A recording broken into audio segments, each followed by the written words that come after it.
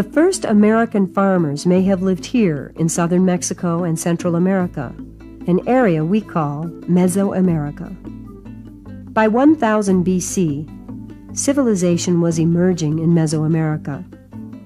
Now we will look at one expression of that civilization, the ancient Mayas.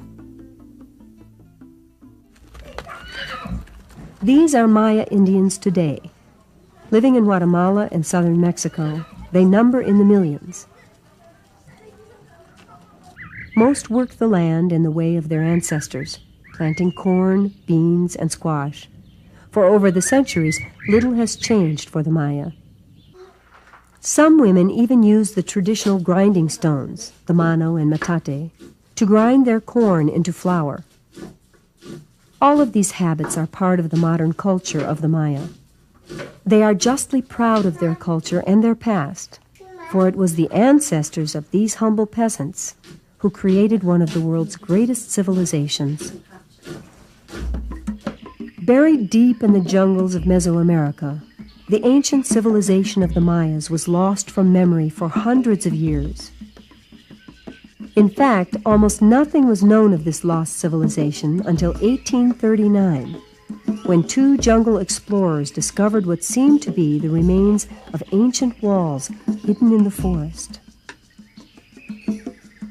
As they cleared away the trees and vines, strange buildings began to take shape. One of the explorers, John Stevens, described the ruins as lost, buried, and unknown, never before visited by a stranger. He said, all was dark, impenetrable mystery. Fortunately, Stevens' companion, Frederick Catherwood, was an artist and made detailed drawings like this one of everything they saw. But it would take scientists another century to begin to understand the history of the Mayas. The beginning of Maya civilization is still shrouded in mystery, but scientists believe that it grew in part from a still older civilization called the Olmec. Hidden in jungle on the Gulf of Mexico, explorers have found huge carved heads, curious remains of the lost Olmec civilization. Some of these heads are 9 feet tall and weigh over 20 tons.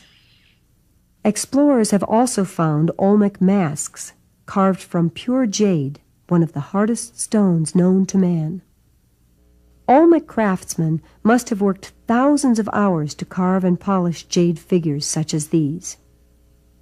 The Olmecs were highly civilized, produced fine carvings, and even had a written language, but mysteriously, in about 300 BC, the Olmec civilization disappeared. As the Olmecs passed from the scene, the Mayas, who had lived for centuries in these tropical forests, began to build a new civilization. By about AD 100, stone temples were beginning to rise above the trees. The Mayas lived here, in eastern Mesoamerica.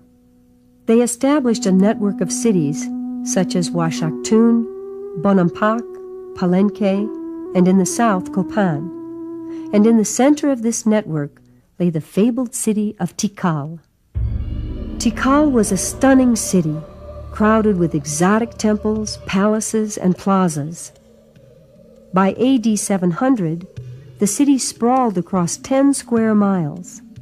Rising from the primitive rainforest, Tikal must have seemed like a vision from a dream. Most of the buildings were plastered and painted red, and their tops were decorated with wildly painted carvings. Today, Tikal is a mysterious ruin, almost completely swallowed by jungle. Trees and vines cover most of the buildings, but if one looks closely at the ruined walls, bits of the original plaster and red paint can still be seen. Hundreds of scientists, called archaeologists, have spent many years studying these ruins, searching for clues about the ancient Mayas. Some of the main buildings have been cleared of trees and vegetation. The tallest buildings were the religious temples. Near the temples, large palaces were set gracefully around lovely open courtyards. Archaeologists are not sure what the palaces were used for. They could have been residential houses where the priests and rich people lived, or they could have been government office buildings used by the rulers. Pictures of the rulers were carved onto large stone monuments called stelae, which were erected near the temples and palaces. The narrow court between these sloping walls was used to play a kind of sacred ball game. Every Maya city had at least one, and often several, of these ball courts.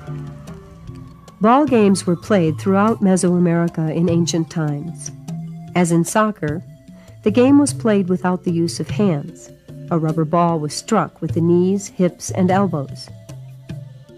Rubber came from the sap of the rubber tree. The Maya sliced the bark and collected the sap that ran out.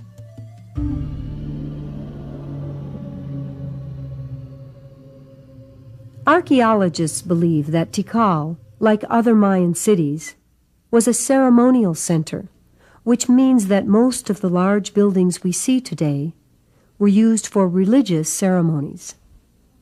The most important ceremonies were performed by the highest-ranking members of society, the noble priests.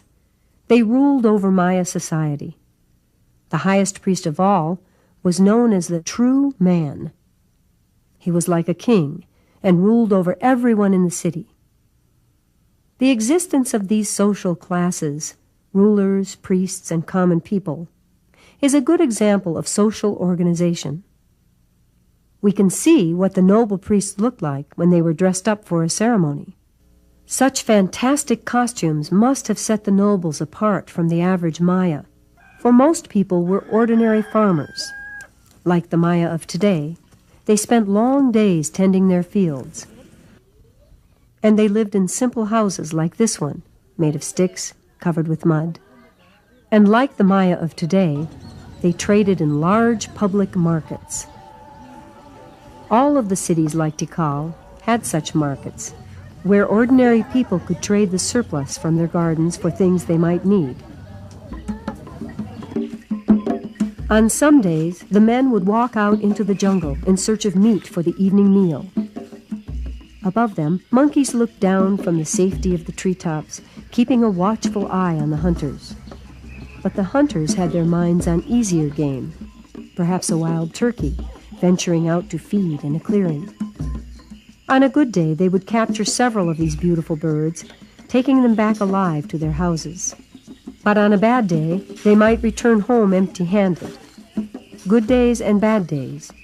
These were not mere figures of speech to the ancient Maya, for all of Maya life was built around the idea that some days were naturally good and some were bad, and only a priest could foretell which was which.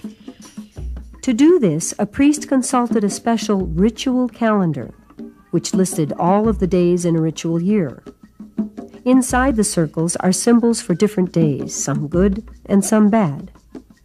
For example, this day, called Imish, was a good day. Good days were set aside for important work, such as planting. But this day, called Simi, represented by a face with the closed eyes of a dead person, forecast bad luck or even death.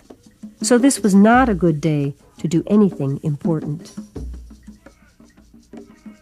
The Maya actually had two calendars.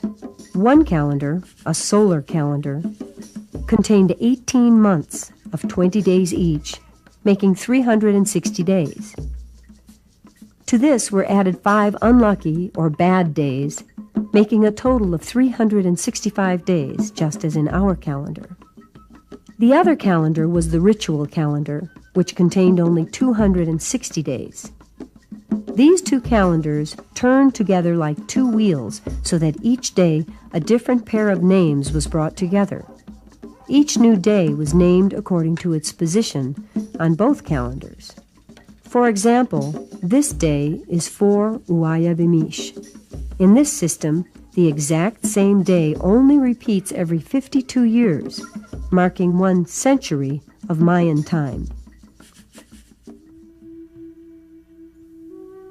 Many days on the Mayan calendar were set aside for religious ceremonies, which often involved blood offerings to the gods. In piercing his skin with the point of a spear, a priest would offer the vital stuff of life, his own blood. Here the ruler, or true man, is piercing his tongue with a large thorn. The Mayas believed that blood offerings and even human sacrifice were necessary to keep the universe in balance and to keep the wheels of time turning. The Maya were fascinated by the passage of time. They observed the sun as it passed through the sky, and they recorded the cycles of the moon and the planets. Their observations were so precise that they were able to accurately predict eclipses of the moon. For over 1,000 years, the Maya civilization flourished, marked by beautiful art, scientific advancement, and brilliant architecture. But in about 900 AD, the civilization went into a steep decline. No one knows why the civilization fell apart. Perhaps the common people revolted against the noble priests who had become rich and corrupt. Whatever the cause, the great centers like Tikal, Palenque, and Copan were abandoned, and grass began to grow over the temples and palaces. The people moved north to the sunny Yucatan and built new cities, which looked very different from the classic Mayan cities, because they were influenced by a foreign people who invaded from Mexico, a people called the Toltec. From the Toltec, the Maya learned a violent, deadly form of religion. While the brilliant civilization of the classic Maya grew dim, faded from memory, and sank beneath the jungle.